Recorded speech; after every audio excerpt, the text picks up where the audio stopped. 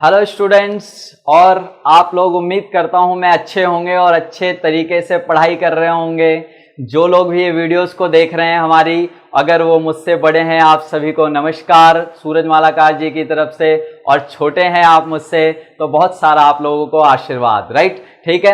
अब चलते हैं हम, यानी कि हमारा जो चैप्टर है, जो कॉन्सर्न जो हमारा रिलेटेड चल रहा है अभी कॉन्सेप्ट, वो है सर हमारा cost of production. Right, educated era में मैं आप सभी लोगों का स्वागत करता हूं इस वीडियो में। फिर से माइक्रो इकोनॉमिक्स का जो कॉन्सेप्ट चल रहा है वो हमारा, यानी कि व्यष्टि अर्थशास्त्र में हम चल रहे हैं कॉस्ट ऑफ प्रोडक्शन पे। हमने बहुत सारी चीजें प्रीवियस वीडियो में सीख ली हैं। राइट, प्रीवियस वीडियो में जो भी चीजें सीखी आप उनको लर्न कर लीजिए। आपको बार बार बताया है मैंने, उनके सारे डिस्क्रिप्शन में आपको सारे लिंक प्रोवाइड हो जाते हैं। राइट, और प्लेलिस्ट में भी आप जाकर चेक कर सकते हैं एजुकेटेड एरा के। बाकी आप लोग हमारे हमें मतलब कि हमारा उत्साह बढ़ाने के लिए, हमें सपोर्ट करने के लिए लाइक शेयर कमेंट करते रहिए। आप लोगों को व्यूज मिलते रहते हैं, हमें बहुत खुशी मिलती है। इसी के साथ इस वीडियो में जो मैं लेकर आया हूं ये मेन कॉन्सेप्ट है कि इस चैप्टर में मेन 4 to 6 मार्क्स में कौन से इंपॉर्टेंट क्वेश्चन है जो एग्जाम में अक्सर पूछे जाते हैं, चाहे वो 11th 12th का कोई भी, यानी कि यूपी बोर्ड हो, हरियाणा बोर्ड हो, या फिर आपका दिल्ली का सीबीएसई बोर्ड, या अदर का भी कोई सा भी बोर्ड हो।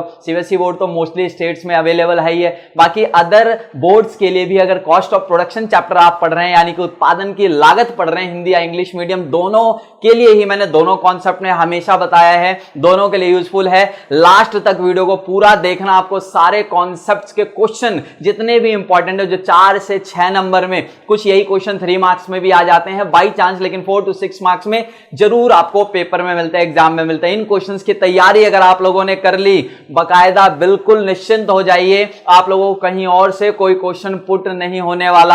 आपको कुछ और याद करने, पढ़ने, समझने की जरूरत नहीं पड़ेगी। इस चैप्टर से ही आप कम से कम 6 से 10 नंबर के कॉन्सेप्ट क्लियर कर सकते हैं, और वो बिल्कुल फिक्स होंगे जो मैं आपको यहां पर क्वेश्चंस बताने जा रहा हूं।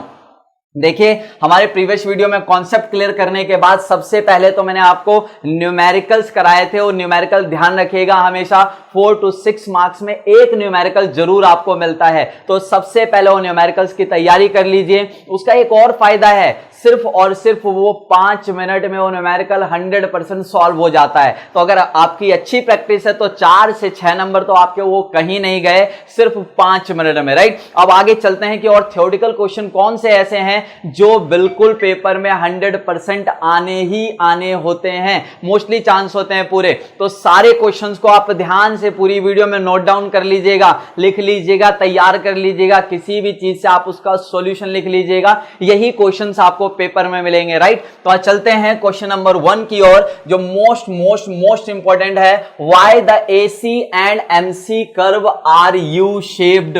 Why the AC and MC curve are U shaped? AC और एमसी वक्र यू आकार का क्यों होता है? तो सबसे पहले आप जाकर एसी और एमसी की नॉलेज, यानी कि कॉन्सेप्ट को क्लियर कर लीजिएगा प्रीवियस वीडियो में। राइट, सबसे पहले एसी एमसी की नॉलेज हो जाएगी, फिर वहां पर मैंने आपको कर्व भी बताया है, वो कर्व भी देख लीजिएगा, यू शेप्ड बनता है। अब सबसे मेन रीजन आता है कि यू शेप्ड क्यों होता है। प्रॉपर 4 to 6 मार्क्स का सॉल्यूशन तैयार कर लीजिएगा। मेन रीजन जब आप पढ़ेंगे तो वहां बताया जाएगा due to law of variable proportions, यानी कि परिवर्ती अनुपात के प्रतिफल के नियम के कारण ऐसा होता है, जिसे आपको प्रोडक्शन फंक्शन चैप्टर में भी पढ़ना होगा। लॉ ऑफ वेरिएबल प्रोपोर्शन, उसी के कारण ये यू आकार का होता है। तो मोस्ट इंपॉर्टेंट क्वेश्चन है इसका वक्र के साथ, यानी कि हमेशा कर्व बनाकर, ग्राफ बनाकर ही आपको इसका आंसर देना है। ये ध्यान रखिएगा, जितना अच्छा ग्राफ प्रेजेंट करेंगे आप उतने अच्छे मार्क्स इसमें मिलेंगे आपको। और मेन रीजन मैंने बताया लॉ ऑफ वेरिएबल प्रोपोर्शंस। बाकी पूरा सॉल्यूशन आप लोगों को इसमें देने से पहले कर्व की अच्छी प्रैक्टिस कर लीजिएगा। चलते हैं हम क्वेश्चन नंबर फर्स्ट के बाद सेकंड की ओर। सेकंड मोस्ट इंपॉर्टेंट क्वेश्चन उसी से रिलेटेड है। अगर आपने एसी और एमसी वक्र यू आकार का क्यों होता है उसका सॉल्यूशन तैयार कर लिया, तो सेकंड क्वेश्चन में आपको कोई भी परेशानी नहीं आने वाली है। वो भी सिमिलर क्वेश्चन है जो अक्सर पूछा जाता है, वो है एसी तथा एमसी वक्र में संबंध समझाएं, यानी कि explain the relation between AC and MC curve. अब सर क्वेश्चन में मेंशन नहीं होगा कि उसे कैसे दिखाना है आपको, यानी कि फॉर्मूले से एक्सप्लेन करना है रिलेशन, या ऐसे ही रिलेशंस बताने हैं, या डायग्राम का यूज करना है। तो ध्यान रखेंगे जब भी 4 to 6 मार्क्स में कोई भी क्वेश्चन है आपका और वहां डायग्राम बनाया जा सकता है तो आप डायग्राम से ही एक्सप्लेन करेंगे। अगर फॉर्मूले से स्पेशली लिखा गया है तो आप फॉर्मूले से संबंध को समझा सकते हैं। तो देखिए क्वेश्चन मैंने आपसे कहा एसी तथा एमसी वक्र में संबंध, relation between AC and MC, करना क्या होगा सर, वही डायग्राम बनाना है। एसी और एमसी जो यू आकार का आपने प्रीवियस में बनाया और इसमें भी वही डायग्राम आना है और उनके बीच के संबंधों को आपको समझाना है, किससे, डायग्रामेटिक तरीके से, यानी कि वही रेखा चित्र बनाकर समझाना होगा। क्यों सर, एसी और एमसी से रिलेटेड कोई फॉर्मूला मैंने आपको नहीं पढ़ाया, यानी कि कॉस्ट में कोई एसी और एमसी से रिलेटेड कोई फॉर्मूला नहीं है जिससे एसी का और एमसी का रिलेशन निकाला जा सकता है। याद कीजिए क्या कोई ऐसा फॉर्मूला था जिससे AC गिवन और MC कैलकुलेट हो जाए या MC गिवन और AC निकल जाए, ऐसा कोई भी डायरेक्ट फॉर्मूला नहीं है। तो सर इस क्वेश्चन का सॉल्यूशन कैसे करना है आपको, by diagram, by helping of an diagram, किसका, AC और MC का। इन दोनों ही क्वेश्चन के लिए मैं एक और खास बात बता देता हूं, कई बार AC या MC दोनों वर्ड यूज नहीं करेंगे, वो आपसे कोई भी एक ही चीज कहेंगे कि why the AC curve are U shaped, AC वक्री आकार का क्यों होता है, राइट, एक ही चीज कहेंगे, why the MC curve are U shaped, MC वक्री आकार का क्यों होता है। तो उस क्वेश्चन में ध्यान रखिएगा, उस सॉल्यूशन में ध्यान रखिएगा, आपको जो कर्व बनाना है, आपको जो वक्र बनाना है वो सिर्फ AC बोला गया तो AC का बनाना है, MC बोला गया तो MC का बनाना है। लेकिन अगर दोनों बोला गया है सर तो दोनों ही बनाना है एक ही डायग्राम में, AC और MC। जब आप डायग्राम देखेंगे सिंपली आपको याद हो जाना चाहिए दोनों ही यू शेप्ड होती हैं, दोनों ही AC और MC यू शेप्ड होती हैं। तो इसको कंफर्मली ध्यान रखिएगा, प्रॉपर तरीके से बनाइएगा सॉल्यूशन को। अब देखिए आगे चलते हैं क्वेश्चन नंबर 3 की ओर। सेकंड क्वेश्चन हो चुका है आपका, यानी कि फर्स्ट और सेकंड, ये दोनों इंपॉर्टेंट क्वेश्चन है जिससे आप बारीकी से सॉल्यूशन तैयार कीजिएगा। इंपॉर्टेंट नहीं है, ये मोस्ट इंपॉर्टेंट है, जो आपके पेपर में अक्सर पूछा जाता है। प्रीवियस कुछ भी क्वेश्चन पेपर उठाकर देख लीजिए, वहां ये क्वेश्चंस आपको जरूर मिल जाएंगे। और उसी के साथ मैंने न्यूमेरिकल भी बताया, न्यूमेरिकल तो 100% एक न्यूमेरिकल देना ही होता है एग्जामिनर को। तो चलते हैं अब क्वेश्चन नंबर 3 की ओर। ये कुछ क्वेश्चन से 5 से 6 क्वेश्चन जो आपके चैप्टर में आपको 100 मार्क्स दिला सकते हैं, यानी कि जितने भी मार्क्स का चैप्टर आएगा पूरे मार्क्स आप सिक्योर कर सकते हो इन कुछ क्वेश्चन के साथ। बने रहिए वीडियो में। देखिए यहां पर मैं आपको बता रहा हूं question number 3, explain the relation between AC, AFC and AVC by using diagram. देखिए कहता है कि रेखा चित्र की सहायता से AC, AFC एंड AVC यानी कि average cost, average fix cost और एवरेज वेरिएबल कॉस्ट में संबंध को समझाना है। औसत लागत, औसत परिवर्ती लागत और औसत स्थिर लागत में संबंध। मैंने आपसे कहा कि क्वेश्चन में डायग्राम लिखा भी हो सकता है। देखिए यहां लिखा है by helping, by using diagram, diagram use करके आपको समझाना है। सर अगर नहीं भी लिखा हो और वो 4 to 6 मार्क्स में है तो आप वहां डायग्राम से एक्सप्लेन कर सकते हैं बाय यूजिंग डायग्राम, यानी कि AC, AVC और AFC का एक साथ आप कर्व बनाएंगे और उससे ये सॉल्यूशन आपका कंफर्मली हो जाएगा। आपको बिल्कुल क्लियर कट समझा रहा हूं कि अगर 3 मार्क्स में है तो आप फॉर्मूले से भी समझा सकते हैं। क्यों सर, AC, AVC और AFC आपस में कनेक्टेड हैं। आपको याद होगा फॉर्मूला हमने सीखा था AC is equals to AVC plus AFC, right. इससे 2 फॉर्मूले हमने और बनाए थे। तो सिंपल सी बात है सर, वैसे भी रिलेशन बताए जा सकते हैं और जब भी आप डायग्राम से भी यूज करेंगे तब भी इन फॉर्मूलों को यूज करना है, इससे रिलेटेड आपको समझाना होगा।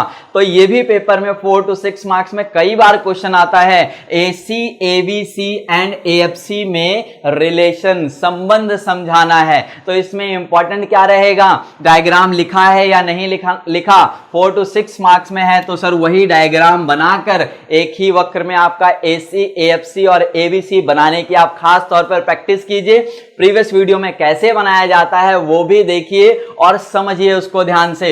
ये क्वेश्चन नंबर 3 जो मोस्ट इंपॉर्टेंट था न्यूमेरिकल के अलावा, वहां पर मैंने आपको समझाया। अब चलते हैं नेक्स्ट क्वेश्चन की ओर। कुछ ही मिनटों में आपका क्लियर हो जाएगा कि इसमें से कितने मैक्सिमम क्वेश्चन है जो 4 to 6 मार्क्स में आने वाले हैं। और नेक्स्ट क्वेश्चन है हमारा 4, स्थिर लागतों तथा परिवर्ती लागतों में अंतर स्पष्ट करें, यानी कि write the give the differences between fixed cost and variable cost, right. परिवर्ती लागतें और स्थिर लागतें मैंने आपको प्रीवियस वीडियोस में बिल्कुल अच्छे से कॉन्सेप्ट विद फॉर्मूला सारा कराया हुआ है, उनसे डिफरेंसेस क्रिएट करना सीखना है, यानी कि एक फॉर्मूले का एक मीनिंग बेस पे और अदर बेसिस पे आपको क्लियर कट करना है, रिलेशन बेस पे जो भी है डिफरेंस करना है। किसमें सर? स्थिर लागतें और परिवर्ती लागतों में, राइट। वो डिफरेंस समझने के लिए, क्रिएट करने के लिए, बनाने के लिए जरूरी है, बार बार कह रहा हूं, प्रीवियस वीडियोस पे जाइए और वहां पर देखिए। और लास्ट अभी जो हम क्वेश्चन की ओर चल रहे हैं, बस ये आपका इंतजार खत्म होने वाला है